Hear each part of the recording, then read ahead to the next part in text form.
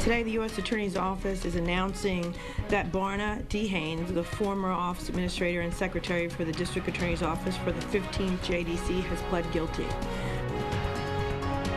An assistant to District Attorney Mike Carson pleaded guilty this morning in federal court. We'll have that story coming up, but first, here's a look at other headlines. This is KLFY 10, Acadiana's multimedia news station.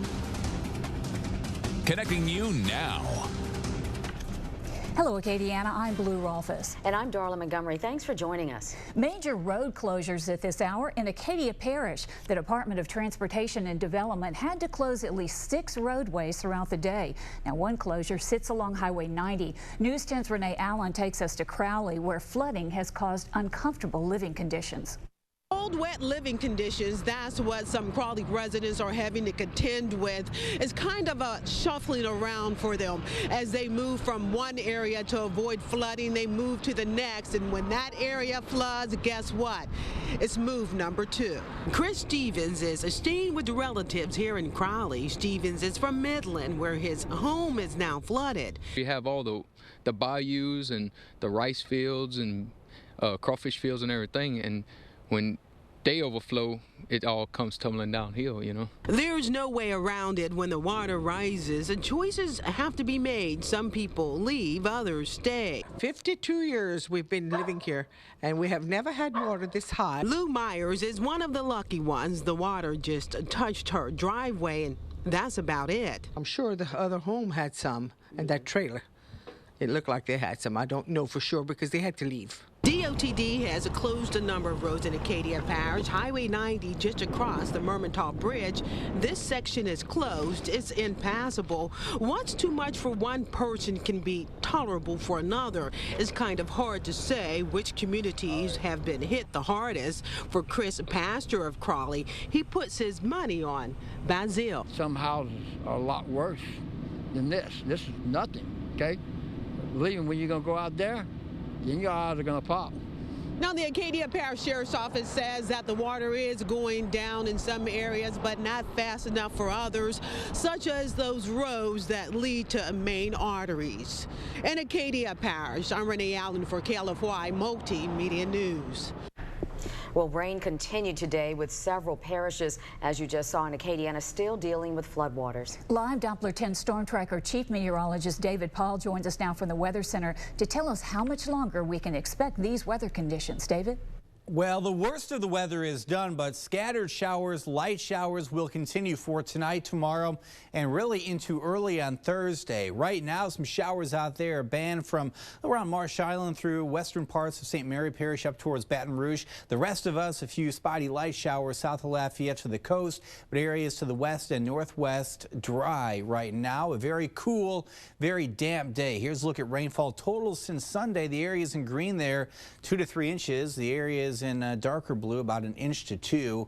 The good news is the worst of it is done. However, a few more showers will form at times overnight and again tomorrow. One band to the east of us, more develop back to the northwest for tonight. Some of the heavier rainfall tomorrow will be back to the northwest of us. This evening, temperatures in the upper 30s. Very cool out there, but eventually some sunshine. Hang in there. Details on that forecast in just a bit. Okay, thanks, David. In Lake Arthur, a voluntary evacuation has been issued by officials who are concerned that rising water will overtop the levees. Mayor Robbie Bertrand says a pump in the central part of town is, quote, at its limit, end quote, and won't be able to keep up if the water continues to rise. Bertrand says local and parish volunteers are working to sandbag any areas that might have leaks, but this just might not be enough to save the town. We're telling them that there is a possibility that if water comes over that levee there at the Shrimp Boat Canal here in Lake Arthur, if water comes over that levee to a point that we can't pump it back into the canal there, then it's going to start to back up through town. And due to that risk, the police department is warning residents in the central part of town of the possibility of major flooding and ask them to take precautions. We'd also like to advise parents that Lake Arthur High School and Lake Arthur Elementary will be closed tomorrow. All other schools in Jeff Davis Parish will remain open. While most parishes are dealing with flood damage, the crawfish capital is picking up the pieces left behind from not one, but two tornadoes. The National Weather Service confirmed that two EF1 tornadoes touched down in Breaux Bridge, one on Thursday morning, then another yesterday, both damaging houses, power lines, and uprooting trees. Thursday's tornado caused most of the damage and nearly destroyed La Poussière Cajun Dance Hall. The owner says he heard about the damage through Facebook and family. On a little outing in Mississippi, me and my wife, and, you know, when I got the news, my brother called me, give me the news. They sent me some pictures. It was heart-wrenching, you know. And then you came here and you saw it. I came, then I saw it, then it kind of drained more blood out of my body. Now, despite the damage, the owners say don't hang up your dancing shoes just yet. At 6, News 10's Rob Maglia explains what the future looks like for the iconic spot. In other news today, Borna Haynes, the Lafayette District Attorney's secretary, who recently resigned following a federal bribe investigation, pled guilty to conspiracy. It was announced today during a press conference at the federal courthouse building in downtown Lafayette. U.S. Attorney Stephanie Finley says the 58-year-old Haynes admitted to taking $55,000 in bribes over 4 years from 2008 to 2012. The report says Haynes accepted monies from a co-conspirator who would solicit large payments from people facing a variety of crimes, a majority being OWI cases. Haynes also prepared expungement paperwork associated with the co-conspirator clients' cases. In return for coordinating these 894 cases, Ms. Haynes was paid $500 per case. Coming up tonight at 10, News 10's Doug McDermott will take a deeper look at Haynes' plea deal and explain what she did after receiving those bribe payments. An investigation is underway at Arnaudville Elementary School, where a band teacher is accused of showing middle school students R-rated films without permission. The teacher was suspended for 5 days, but has since returned to school. News 10's Caroline Balchunas spoke with a parent upset over the incident and has more on what's being done. Last week, the Arnaudville Elementary School principal sent a letter to parents apologizing for a teacher identified as B. Livier showing R-rated films in class. One parent who wishes to remain anonymous for her child's safety said she found out from another parent. Found out they watched Ted, Horrible Bosses, Think Like a Man, which is actually PG-13 but still very offensive, Hangover, Stir Crazy, IP Man. The majority of the movies named were rated R for offensive language, nudity, drug use, sex, and violence. According to parents, there were around 9 movies shown throughout the fall semester. He was told by the teacher, do not tell your parents you're watching these movies. So I found out from another parent, and when I confronted him about it, he told me he's seen a woman's boobs on television, 12 years old.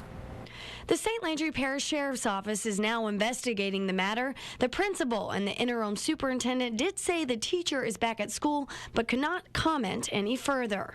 In the meantime, this mother is fed up and feels her child is too young to be exposed to the material. My child is not in band right now. As long as that teacher is there, my child is not there.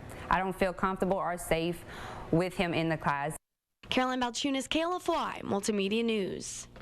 Now, that concerned parent did file a complaint with the sheriff's office, which is looking into whether or not the teacher could be subject to any criminal investigation. And this is the scene of a single vehicle accident in Lafayette earlier this afternoon. Just before 2 o'clock, a white Ford F-150 pickup truck was traveling west on Congress Street toward Bertrand Drive when the driver lost control and struck a bridge, causing the truck to flip over into the coulee. The driver and passenger were both transported to a local hospital with minor to moderate injuries. The crash remains under investigation. All lanes of West Congress were closed until the truck was removed from the coulee and have both since been reopened. Since the Jindal administration pushed an overhaul of public education that changes teacher evaluations, the number of teachers retiring has spiked. According to the Teachers Retirement System of Louisiana, more than 25% of teachers are retiring. On average, about 2,500 retirements from public kindergarten through 12th grade occurred in the recent years. But last year, over 3,200 teachers retired. That's an increase of over 26%. School superintendents say the retirements are putting a strain on school systems. 16 of Lafayette Parish's most outstanding educators will be honored during an Academy Award-style ceremony at the Hyman Center this week during the Lafayette Education Foundation's Teacher Awards. The finalists are chosen from hundreds of nominees based on reviews of letters written about them by current and former students, parents, community members, and fellow faculty members. 4 finalists will be honored in each of 4 categories: elementary, middle school, high school, and inspirational, with 1 winner named in each category. You still have time to purchase tickets. Just head over to leffoundation.org or call the Hyman Center at 291-5555. Blue will serve as MC for the event. More than 50 Southwest Louisiana rice and soybean growers learned that agricultural economists are optimistic about the market outlook. Despite uncertainty surrounding federal farm legislation, economists believe higher prices and more varieties are expected. Officials with the LSU Ag Center say prices have been rising the last few years, but could become more stable as farmers plant fewer crops and report less yields due to anticipated changes in the Farm Bill. Now, the current Farm Bill expired at the end of last year, but has been extended for another 9 months. Many Americans will notice a change in their paychecks this year. We'll tell you why coming up. And there's more wet weather on the way to Acadiana. Details on your forecast up next.